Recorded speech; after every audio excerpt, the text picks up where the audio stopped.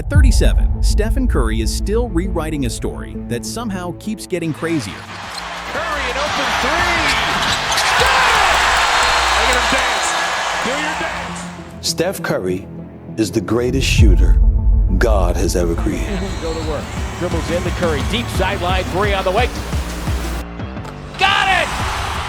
Curry! On Christmas Day 2024, he quietly crossed 26,000 career points, becoming just the 22nd player in the NBA history to reach that milestone. Days later, he dropped 27 on the Knicks. Curry. He's got it. Rolling him to sleep. Curry. Step back. Got him! Banger after banger for Steph Curry. And was seen limping through the tunnels afterward. At the same time, he's separating from Under Armour after a 12-year partnership to launch his own independent brand. I'm free agent. I'm out here at new beginnings. And while all this is happening, the Charlotte Hornets are set to retire his father Dell's number 30 jersey, the same number Steph made iconic. This isn't the end of the Curry story. This is the plot twist. But to understand why Stephen Curry didn't just change the game, but completely rewrote it, we need to go back to where it all started. Let's go. When Stephen Curry entered the NBA in 2009, nobody thought he'd revolutionize basketball. He was the 7th pick in the draft, selected behind Hasheem Thabeet and 2 point guards the Timberwolves took with consecutive picks. The scouting report was simple: too small, too skinny, not athletic enough, just a shooter. But what the scouts missed was that Steph Curry wasn't just a shooter. He was a weapon unlike anything basketball had ever seen. As a rookie, Curry averaged 17 points and 6 assists, finishing second in Rookie of the Year voting. He was top 10 in three-pointers and dropped 30-plus points 8 times, the most by any rookie since LeBron and Carmelo. But then disaster struck. Ankle injuries destroyed his second and third seasons. He played just 26 games in his third year. Teams tried to trade for him and backed out because their doctors deemed his ankles too risky. Nobody wanted him. And that rejection lit a fire that would burn for the next decade. In 2012, the Warriors offered Curry a 4-year, $44 million extension. It seemed like a gamble, but it would become one of the biggest steals in NBA history. That same year they drafted Draymond Green. He joined Steph and second-year guard Klay Thompson. The foundation for a dynasty had been laid. February 27, 2013, Madison Square Garden. This was the night everything changed. Curry had been developing into a solid point guard, but he'd never been one to showboat. On this night in New York, something snapped. He got hotter and hotter, hitting from everywhere. Curry for the lead. Got it. Curry. That. Quick shot by Curry for three. Got it. What a night for Steph Curry. By the time the game ended, he dropped 54 points. The Warriors lost, but nobody cared.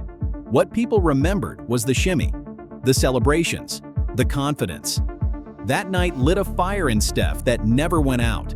That season, Curry averaged 23 points and 7 assists under coach Mark Jackson. But more importantly, he established a new NBA single-season three-point record, drilling 272 threes, eclipsing Ray Allen's mark on 53 fewer attempts. And Klay Thompson wasn't far behind, prompting Jackson to declare he had the best shooting backcourt in NBA history.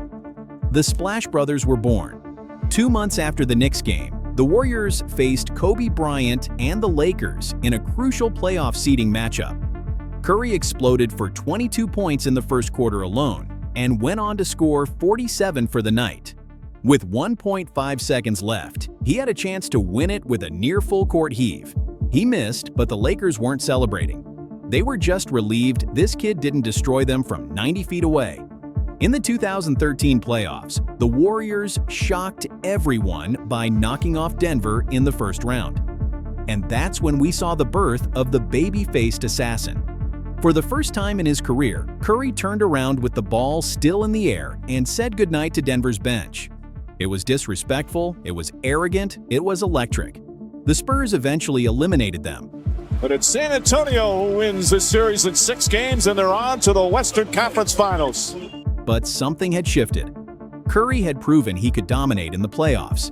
In 2014, Curry made his first All-Star and All-NBA team, but the Warriors stumbled in the playoffs again, losing to the Clippers.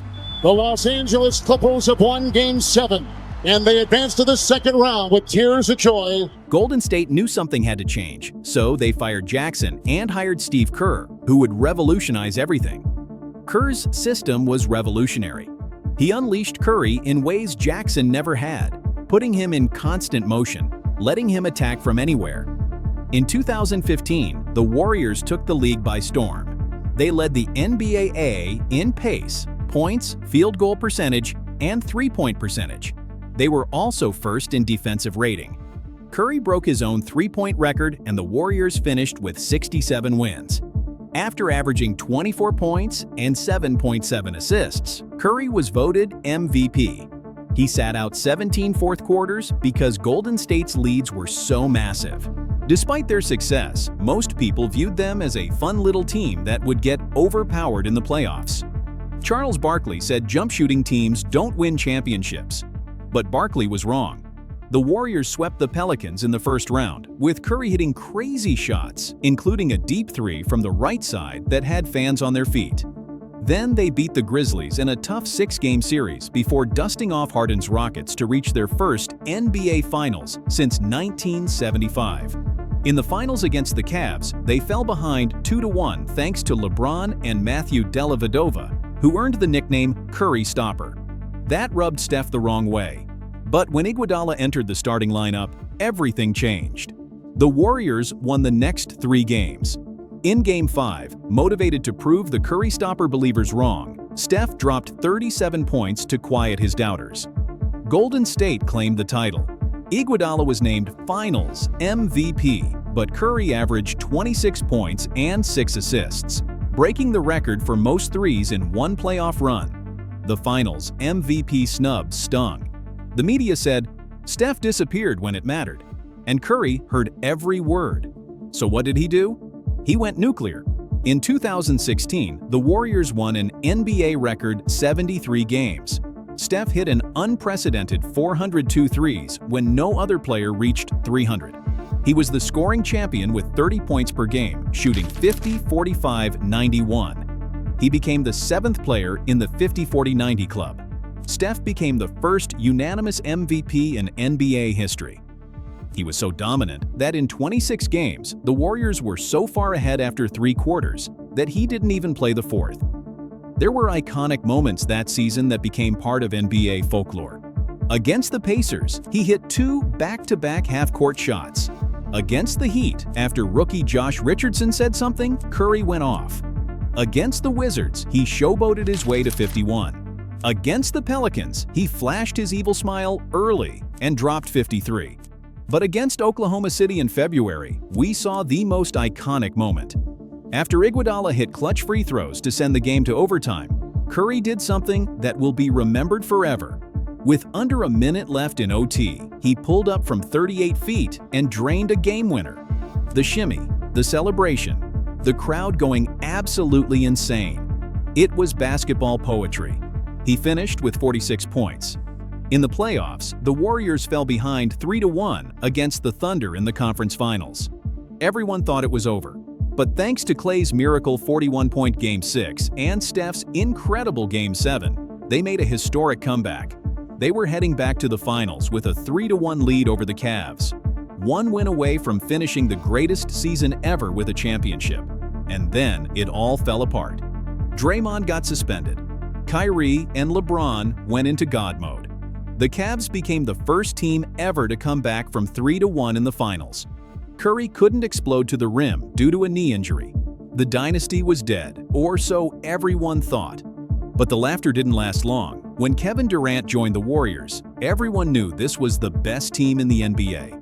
In 2017, they lost only 1 game in the playoffs on the way to the title.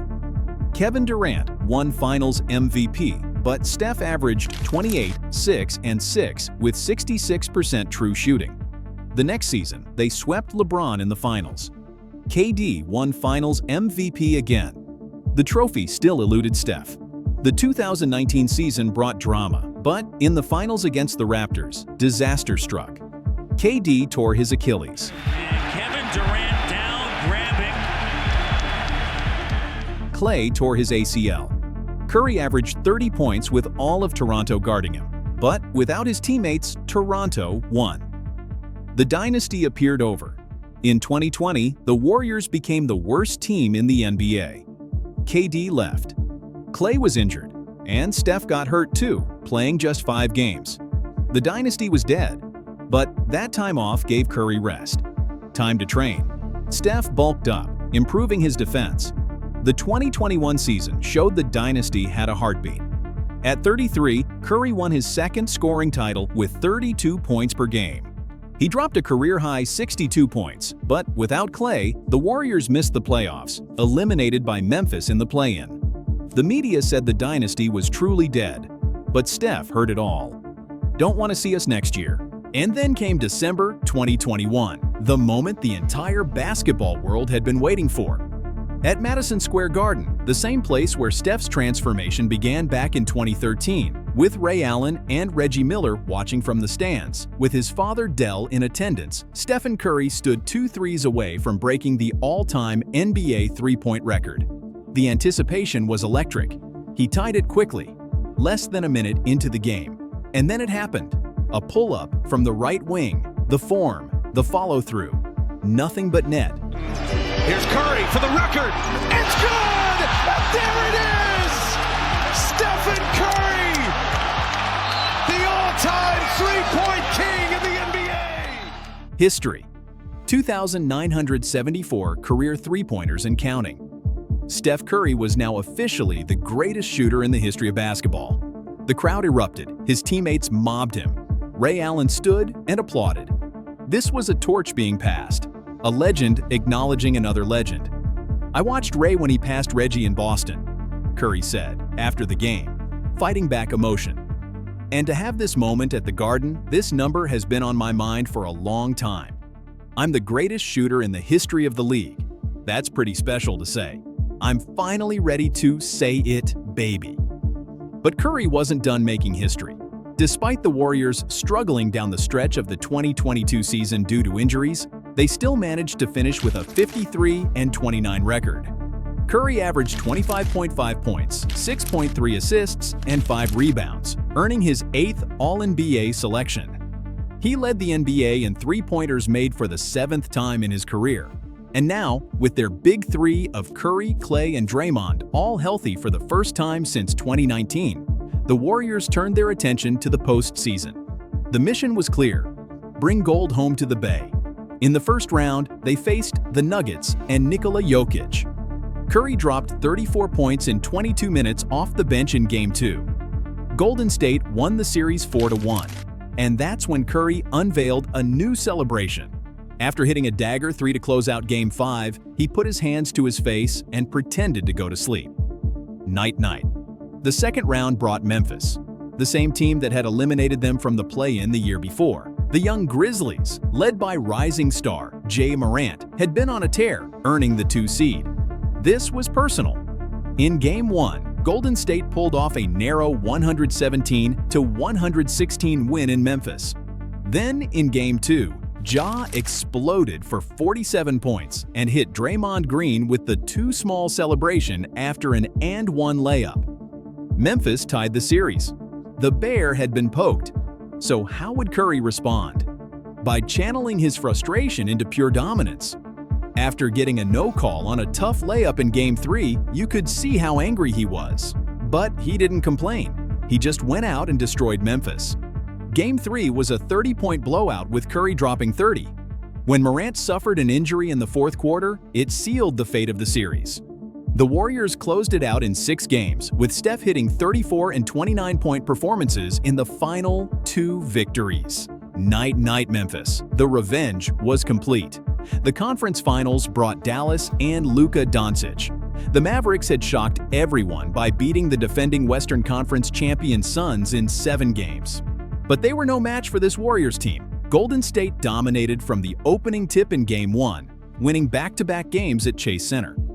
In Game 3, the first game in Dallas, Curry demonstrated the level of play that separates champions from everyone else. The Mavericks responded with a win in Game 4, but Golden State closed them out with a convincing Game 5 victory. Curry's performance throughout the series earned him the inaugural Magic Johnson Western Conference Finals MVP, the first playoff MVP trophy of his career.